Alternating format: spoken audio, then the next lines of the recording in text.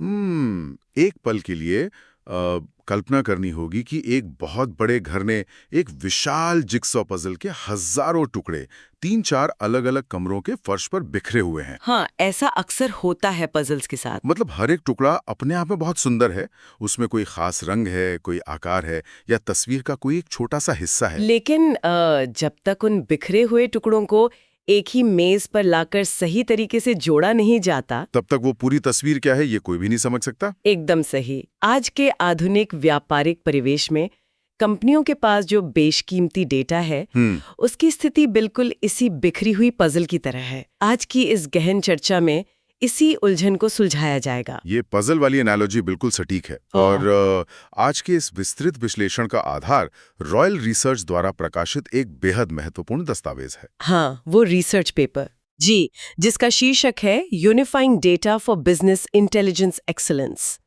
इस दस्तावेज के माध्यम से जो मुख्य मिशन है वो ये समझना है कि कैसे डेटा इंटीग्रेशन यानी डेटा एकीकरण की प्रक्रिया इन अलग-अलग कमरों में बिखरी हुई जानकारियों को एक जगह लाती है और बिजनेस इंटेलिजेंस को एक अभूतपूर्व ताकत देती है ना? बिल्कुल। यही इस पूरी रिपोर्ट का सार है। ठीक है, तो आइए इसे थोड़ा खुलकर समझते हैं। आज सूचनाओं का युग है और हर तरफ डेटा की भरमार है। हर क्लिक, हर खरीदारी, किसी वेबसाइट पर बिताया गया हर एक सेकंड डेटा पैदा कर रहा है। और ये डेटा हर दिन बहुत तेजी से बढ़ रहा है। हाँ, तो ऐसे में ये चर्चा उन सभी के लिए बहुत प्रासंगिक हो जाती है जो सूचनाओं के इस भारी बोझ तले दबने से बचना चाहते हैं। ये तो स्पष्ट है कि जानकारी केवल तभी मूल्यवान होती है जब उसे समझा जाए और सही समय पर इस्तेमाल किया जाए। बिल्कुल, जो भी सटीक और तेज निर्णय लेने की कला को समझना चाहता है, उसके लिए आज का ये विश्लेषण बहुत काम का होने वाला है। तो अगर हम बुनियादी स्तर से शुरू करें जी, ये डेटा इंटीग्रेशन असल में उन सभी पजल के टुकड़ों को एक ही मेज पर लाने की प्रक्रिया है, सही कहा ना? बिल्कुल सही समझा। अगर बहुत ही आसान शब्दों में कहें तो डेटा इंटीग्रेशन विभिन्न और अलग-अलग स्रोतों से आ रहे डेटा को एक साथ मिलाकर एक एकीकृत दृष्टि या यूनिफाइड व्यू बनाने की तकनीक है। यूनिफाइड व्यू मतलब सब कुछ एक ही जगह पर। हाँ, रॉयल रिसर्च का ये दस्तावेज बहुत ही स्पष्ट करता है कि यह उन व्यवसायों के लिए अब अनिवार्य हो चुका है जो डेटा की कई अलग-अलग धाराओं पर निर्भर हैं। क्योंकि डेटा तो हर जगह से आ रहा है। एकदम। इसका मुख्य लक्ष्य डेटा को सुलभ और इस्तेमाल के लायक बनाना है ताकि कोई भी संस्था अपने पूरे कामकाज को एक समग्र नजरिए से देख सके। एक 360 डिग्री व्यू। बिल्कुल। और यहाँ जो बात सबसे दिलचस्प है वो ये है कि जब डेटा इस तरह से जुड़ता है तो इसके 4 बहुत ही स्पष्ट और बड़े फायदे सामने आते हैं। 4 फायदे। तो अब अगर डेटा साफ और एक जगह पर है तो मुझे लगता है इसका सबसे पहला असर तो फैसलों पर ही पड़ना चाहिए। हाँ, सबसे पहला असर वही होता है। मतलब अंधेरे में तीर चलाने के बजाय पूरी जानकारी के साथ ठोस निर्णय लेना, जिसे व्यापारिक भाषा में एनहांस्ड डिसीजन मेकिंग कहा जाता है। एकदम सही। जब अलग-अलग विभागों का डेटा एक ही डैशबोर्ड पर मौजूद होता है तो फैसले आधी अधूरी जानकारी पर नहीं बल्कि पूरी सच्चाई पर आधारित होते हैं। ये तो बहुत तार्किक है। इसके बाद जो दूसरा बड़ा फायदा आता है वो है डेटा की गुणवत्ता में सुधार। ओहो, डेटा क्वालिटी। हाँ, जब डेटा को अलग-अलग जगहों से एक साथ लाया जाता है तो इस प्रक्रिया के दौरान ही गलतियों, डुप्लीकेट एंट्रीज और विसंगतियों को दूर कर दिया जाता है। यानी वो जो पुरानी कहावत है, कचरा अंदर कचरा बाहर, गार्बेज इन गार्बेज आउट। हाँ बिल्कुल, उस स्थिति से बचा जा सकता है। डेटा जितना साफ होगा नतीजे उतने ही विश्वसनीय होंगे और मुझे लगता है कि इसका सीधा असर समय की बचत पर भी पड़ता होगा। बिल्कुल पड़ता है। और यही हमारा तीसरा फायदा भी है, दक्षता या एफिशिएंसी का बढ़ना। क्योंकि अगर लोगों को अलग अलग फाइलों से डेटा मैनुअल रूप से नहीं मिलाना पड़ रहा है तो काम की गति तो अपने आप बढ़ जाएगी। हाँ, डेटा इंटीग्रेशन की इस पूरी प्रक्रिया को स्वचालित यानी ऑटोमेट किया जा सकता है। इसका सीधा मतलब है कि टीमों का कीमती समय डेटा को इकट्ठा करने या उसे साफ करने में बर्बाद नहीं होता, बल्कि उस तैयार डेटा का विश्लेषण करके नई रणनीतियां बनाने में इस्तेमाल होता है। सही कहा। और चौथा फायदा जो भविष्य की दृष्टि से सबसे अहम है वो है स्केलेबिलिटी। स्केलेबिलिटी मतलब सिस्टम का बड़े होना। हाँ, जैसे जैसे कोई व्यवसाय बढ़ता है उसके डेटा का आकार भी बहुत तेजी से बढ़ता है। एक अच्छे इंटीग्रेटेड डेटा सिस्टम की खासियत ही यही होती है कि वो डेटा के इस बढ़ते हुए वॉल्यूम को बिना धीमा पड़े आसानी से संभाल लेता है। यहाँ से ये विषय और भी दिलचस्प हो जाता है, क्योंकि जब हम डेटा को एक साथ लाने, उसे साफ करने और उससे कुछ अर्थ निकालने की बात करते हैं, तो बिजनेस इंटेलिजेंस या बीआई टूल्स का जिक्र आना स्वाभाविक है। बिल्कुल, बीआई टूल्स के बिना ये सब संभव ही नहीं है। रॉयल रिसर्च के दस्तावेज में इन बीआई टूल्स की भूमिका को बहुत ही प्रमुखता से रेखांकित किया गया है। ऐसा लगता है कि ये टूल्स असल में वो इंजन है जो इस कच्चे डेटा को उन खूबसूरत डैशबोर्ड्स और चार्ट्स में बदलते हैं जिन्हें देखकर बिजनेस लीडर्स फैसले लेते हैं। हाँ, बीआई टूल्स केवल चित्र या ग्राफ बनाने वाले साधारण सॉफ्टवेयर नहीं है। ये डेटा इंटीग्रेशन की पूरी जटिल प्रक्रिया को पर्दे के पीछे से संभव बनाते हैं। तो पर्दे के पीछे असल में होता क्या है? अगर हम इन टूल्स के प्रमुख कामों की बात करें तो सबसे पहले आता है डेटा कनेक्टिविटी। डेटा को जोड़ना। जी, आधुनिक बीआई टूल्स कनेक्टर्स और एपीआईज के साथ आते हैं जो विभिन्न डेटाबेस, क्लाउड सेवाओं और यहाँ तक कि पुरानी स्प्रेडशीट्स के साथ भी बिना किसी रुकावट के सीधे जुड़ जाते हैं। और जुड़ने के बाद जो दूसरा सबसे महत्वपूर्ण कदम होता है वो है डेटा ट्रांसफॉर्मेशन। डेटा ट्रांसफॉर्मेशन, इसे अगर हम रोजमर्रा की जिंदगी से जोड़ें तो ये वैसा ही है जैसे खाना पकाने से पहले सब्जियों को धोना, छीलना और काटना। बहुत ही शानदार एनालॉजी है ना? मतलब सीधे खेत से आई मिट्टी लगी सब्जी को तो सीधे कढ़ाई में नहीं डाला जा सकता, उसे पकाने के लायक बनाना पड़ता है। बिल्कुल, यही काम बीआई टूल्स करते हैं। वे कच्चे डेटा को लेते हैं, उसमें मौजूद मिट्टी यानी अशुद्धियों को साफ करते हैं और उसे एक सही फॉर्मेट में बदलते हैं। हाँ, और ये सुनिश्चित करते हैं कि पूरे सिस्टम में डेटा की एक रूपता बनी रहे। इसके अलावा आज के उन्नत BI tools real time data processing का भी समर्थन करते हैं। और रियल टाइम प्रोसेसिंग आज के दौर में बहुत बड़ी बात है। मान लीजिए कोई ई कॉमर्स कंपनी एक बड़ी सेल चला रही है, उन्हें कल तक का इंतजार नहीं करना है। बिल्कुल नहीं। उन्हें ये देखने के लिए अगले दिन का इंतजार थोड़ी करना है कि आज कौन सा प्रोडक्ट सबसे ज्यादा बिक रहा है। उन्हें उसी पल का ताज़ा डेटा चाहिए होता है। एकदम सही।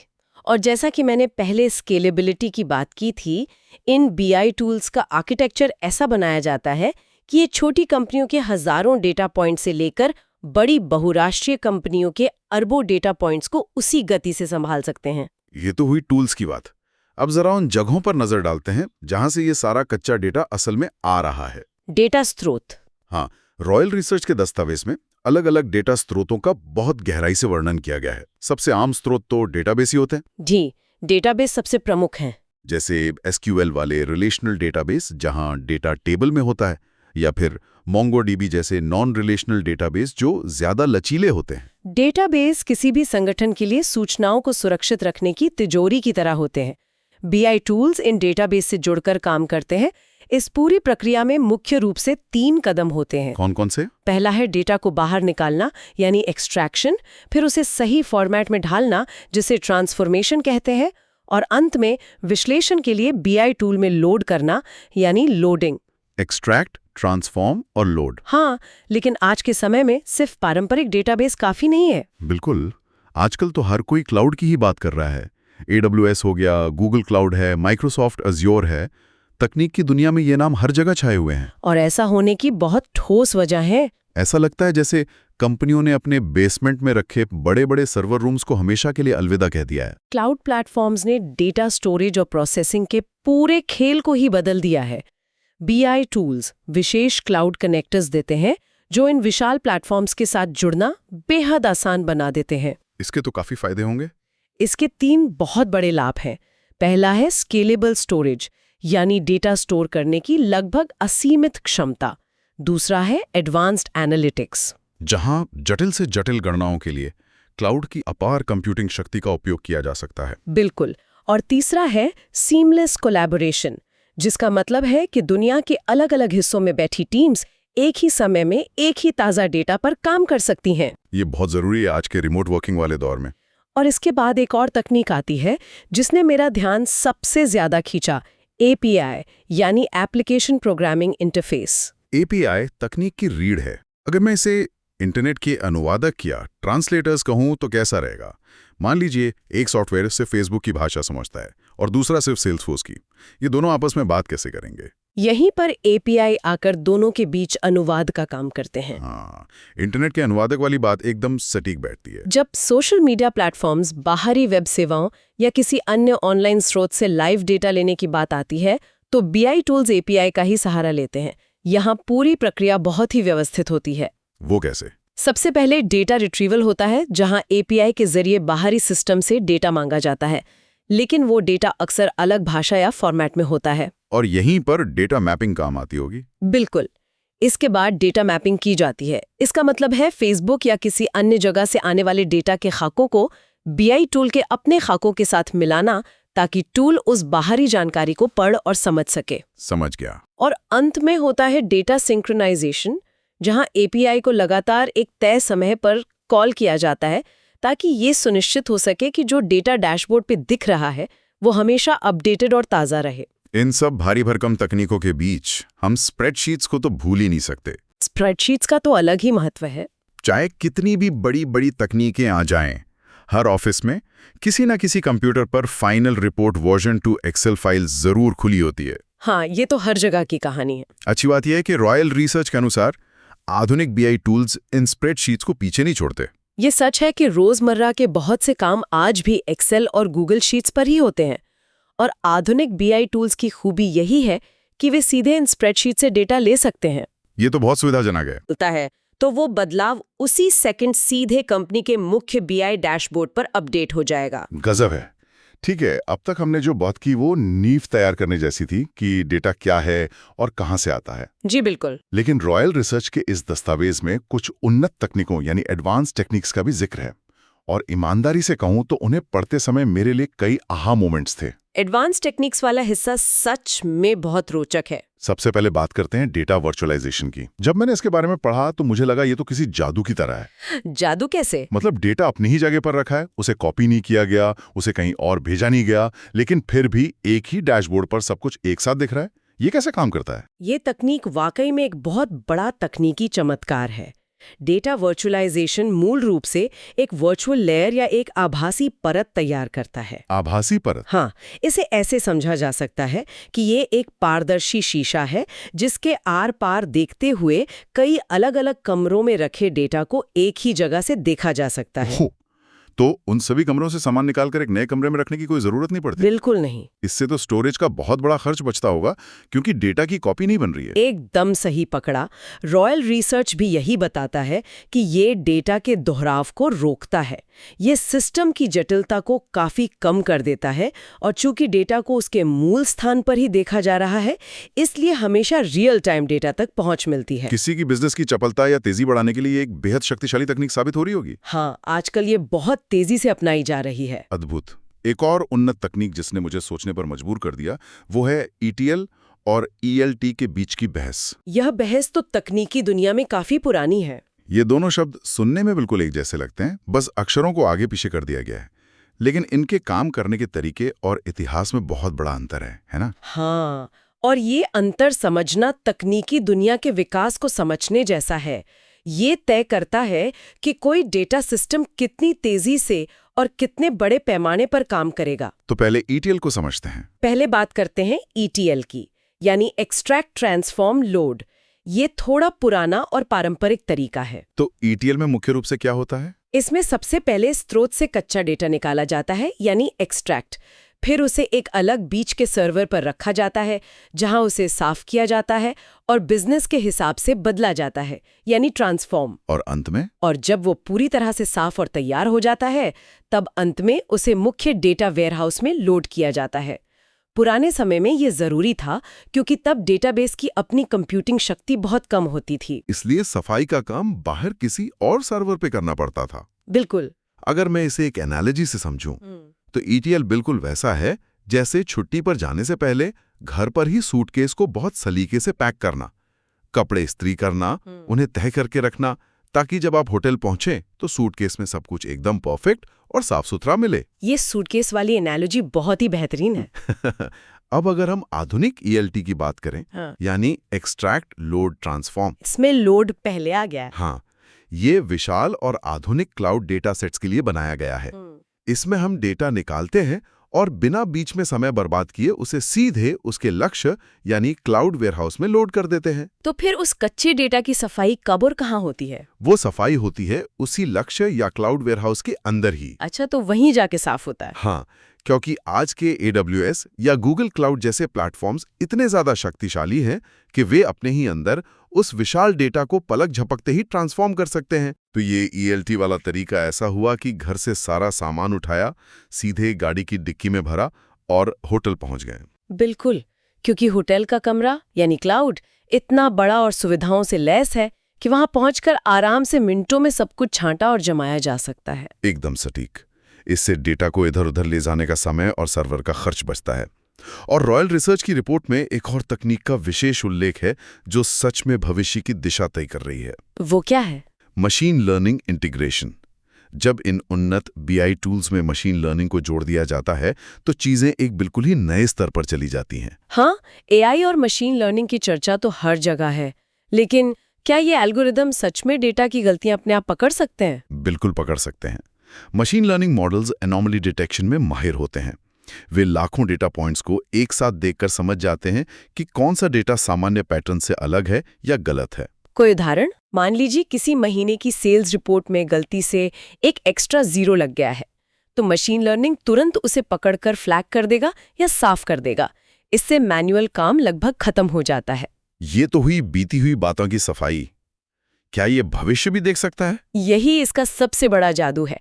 मशीन लर्निंग ऐतिहासिक डेटा के विशाल पहाड़ों का विश्लेषण करके भविष्य के रुझानों की भविष्यवाणी कर सकता है। Predictive insights. जी, इसे प्रेडिक्टिव इंसाइट्स कहा जाता है।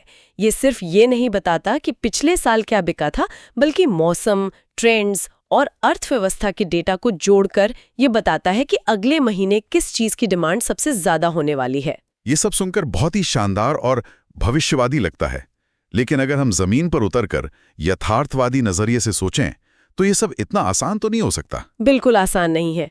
बड़ी बड़ी संस्थाओं में अलग अलग दशकों की प्रणालियां एक साथ चल रही होती हैं। इस एकीकरण के रास्ते में बहुत सी रुकावटें और चुनौतियां भी तो आती होंगी। चुनौतियां बहुत बड़ी और गंभीर हैं। रॉयल रिसर्च ने कुछ सबसे आम चुनौतियों की साफ तौर पर पहचान की है। सबसे पहली और बड़ी चुनौती तकनीकी नहीं बल्कि संगठनात्मक है। संगठनात्मक चुनौती? हाँ, जिसे डेटा साइलोज कहते हैं। इसका मतलब है डेटा का अलग थलग पड़ा होना। जैसे मार्केटिंग टीम अपना डेटा किसी अलग सॉफ्टवेयर में रख रही है और सेल्स टीम अपना डेटा किसी और ही जगह पर, दोनों आपस में बात ही नहीं कर रहा। बिल्कुल, जब तक अलग अलग विभागों का ये डेटा आपस में जुड़ेगा नहीं, तब तक कोई भी बड़ी तस्वीर सामने आ ही नहीं सकती। ये तो एक बड़ी समस्या है। इसके अलावा डेटा सुरक्षा एक बहुत ही ज्वलंत मुद्दा है। आज के समय में जब हर दिन डेटा लीक की खबरें आती हैं, तब अलग अलग जगहों से डेटा को एक साथ लाना जोखिम भरा हो सकता है। हाँ, डेटा प्राइवेसी तो बहुत अहम है। एकीकृत करके इसमें डेटा की गोपनीयता सुनिश्चित करना सर्वोच्च प्राथमिकता होनी चाहिए और एक स्थायी चुनौती है डेटा की गुणवत्ता, क्योंकि अगर पुराना या गलत डेटा सिस्टम में चला गया तो वो सीधे तौर पर गलत और नुकसानदेह निर्णयों का कारण बन सकता है। तो इन भारी चुनौतियों से पार पाने का रास्ता क्या है? क्या रॉयल रिसर्च ने इस भूल भुलैया से निकलने के लिए कुछ समाधान या बेस्ट प्रैक्टिसेस भी सुझाई हैं? हाँ, दस्तावेज में इन चुनौतियों से निपटने के लिए बहुत स्पष्ट मार्गदर्शन दिया गया है। सबसे पहली सर्वोत्तम प्रथा है एकीकरण के लिए स्पष्ट लक्ष्य निर्धारित करना। मतलब विजन क्लियर होना चाहिए। जी, किसी भी प्रक्रिया को शुरू करने से पहले ये पता होना चाहिए कि डेटा को क्यों मिलाया जा रहा है और उससे असल में क्या बिजनेस वैल्यू हासिल करनी है। दूसरा कदम क्या है? दूसरा कदम है डेटा की गुणवत्ता सुनिश्चित करना। इसके लिए डेटा क्लींजिंग के नियम शुरू से ही लागू किए जाने चाहिए ताकि कचरा अंदर न जाए। एकदम। तीसरा है स्केलेबल समाधान चुनना। ऐसे टूल्स और आर्किटेक्चर का चुनाव करना चाहिए जो आज की नहीं बल्कि अगले 5 या 10 सालों की जरूरतों को संभाल सके। और डेटा सुरक्षा को लेकर क्या कदम उठाए जाने चाहिए? सुरक्षा के मामले में कोई भी समझौता नहीं किया जा सकता। एकीकरण प्रक्रिया के हर एक कदम पर, चाहे डेटा रुका हुआ हो या एक जगह से दूसरी जगह जा रहा हो, मजबूत सुरक्षा और एन्क्रिप्शन के उपाय लागू किए जाने चाहिए। और आखिरी कदम? आखिरी सर्वोत्तम प्रथा है लगातार निगरानी यानी कंटिन्यूअस मॉनिटरिंग। डेटा का स्वरूप और स्रोत हमेशा बदलते रहते हैं, इसलिए ये लगातार जांचना जरूरी है कि एकीकरण की प्रक्रिया सही तरीके से काम कर रही है या नहीं। तो इसका कुल मतलब क्या निकलता है? अगर हम इस पूरी गहन चर्चा को समेटें तो रॉयल रिसर्च के दस्तावेज का मुख्य निष्कर्ष यही है कि डेटा इंटीग्रेशन आधुनिक बिजनेस इंटेलिजेंस का धड़कता हुआ दिल है। बहुत सही कहा। इसके बिना विशाल डेटा सिर्फ एक शोर है, कोई मधुर संगीत नहीं। ये इंटीग्रेशन ही है जो बिखरे हुए पजल के टुकड़ों को जोड़कर वो साफ तस्वीर दिखाता है जिसकी आज हर संस्था को जरूरत है। बिल्कुल सही। और ये समझना बहुत जरूरी है कि ये चर्चा केवल बड़ी मल्टीनेशनल्स या टेक कंपनियों तक ही सीमित नहीं है। हाँ, हर किसी के लिए। सूचनाओं के इस अभूतपूर्व युग में चाहे कोई छोटा स्टार्टअप हो, स्वास्थ्य सेवा का क्षेत्र हो या फिर शिक्षा का क्षेत्र, कई अलग अलग स्रोतों से आने वाली जानकारी को जोड़कर बड़ी तस्वीर देखने की ये क्षमता हर जगह अनिवार्य हो गई है। ये एक ऐसा कौशल और तकनीक है जो हर क्षेत्र को बदल कर रख देगा। सही कहा। और चूंकि हम इस विस्तृत विश्लेषण के अंत की ओर बढ़ रहे हैं, ये पूरी चर्चा एक बहुत ही गहरा और महत्वपूर्ण सवाल खड़ा करती है। कैसा सवाल? हमने बात की कि कैसे उन्नत बीआई टूल्स और मशीन लर्निंग डेटा एकीकरण, सफाई और यहाँ तक कि भविष्यवाणियों को भी पूरी तरह से स्वचालित कर रहे हैं। हाँ, ऑटोमेशन तो हर दिन तेजी से बढ़ रहा है। तो जरा इस विचार पर गौर किया जाए। यदि मशीन लर्निंग और उन्नत एल्गोरिथम भविष्य में डेटा से जुड़ी हर प्रक्रिया को पूरी तरह से स्वचालित कर देते हैं और फैसलों के लिए एकदम सटीक और त्रुटिहीन डेटा परोसने लगते हैं, हाँ, तो फिर? तो क्या व्यापारिक निर्णयों में उस मानवीय अंतर्ज्ञान और बरसों के अनुभव की कोई जगह बचेगी? या फिर मशीनों द्वारा परोसे गए इस एकदम सटीक डेटा के युग में मानव की लकीर से हटकर सोचने की क्षमता, वो रचनात्मकता और भी ज्यादा मूल्यवान हो जाएगी? ये सच में एक बहुत ही गहरा और विचारोत्तेजक सवाल है। हाँ, क्या मशीनें पूरी तरह से तर्कों पर कब्जा कर लेंगी या फिर उस परफेक्ट डेटा के ऊपर इंसान का अपना नजरिया ही असली गेम चेंजर साबित होगा? ये सोचने वाली बात है। ये एक ऐसा विचार है जिस पर लंबे समय तक चिंतन किया जा सकता है। जो लोग आज इस चर्चा को सुन रहे हैं, ये सवाल उनके लिए है ताकि वो अपनी अपनी फील्ड्स में इसके मायने तलाश सकें। डेटा की इस भूल भुलैया को डिकोड करने की आज की हमारी ये गहन चर्चा यही संपन्न होती है। सोचते रहिए और नई चीजें सीखते रहिए।